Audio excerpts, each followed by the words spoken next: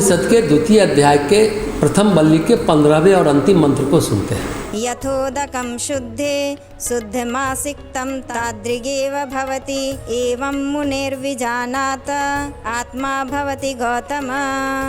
परंतु जिस प्रकार निर्मल जल में मेघों द्वारा सब ओर से बरसाया हुआ निर्मल जल वैसा ही हो जाता है, उसी प्रकार हे गौतम वंशी नचिकेता, एकमात्र पर ब्रह्म पुरुषोत्तम ही सब कुछ है। इस प्रकार जानने वाले मुनि का संसार से उपरत हुए महापुरुष का आत्मा ब्रह्म को प्राप्त हो जाता है। गीता पर इसकी व्याख्या कहती है, परंतु यही वर्षा का निर्मल जल यदि निर्मल जल में ही बरसता है तो वह उसी क्षण निर्मल जल ही हो जाता है। उसमें न तो कोई विकार उत्पन्न होता है, न वह कहीं बिखरता ही है। इसी प्रकार हे गौतम वंशीय नचिकेता, जो इस बात को भली भांति जान गया है कि जो कुछ है वह सब परब्रह्म पुरुषोत्तम ही है, उस मननशील संसार के बाहरी स्वरूप से उपरत पुरुष का आत्मा परब्रह्म में मिलकर उसके साथ तादात्म्य भाव को प्राप्त हो जाता है। इसका मतलब यह हुआ कि परमेश्वर सभी तरह से पवित्र है, उनमें अपवित्रता जैसी कुछ भी नहीं है।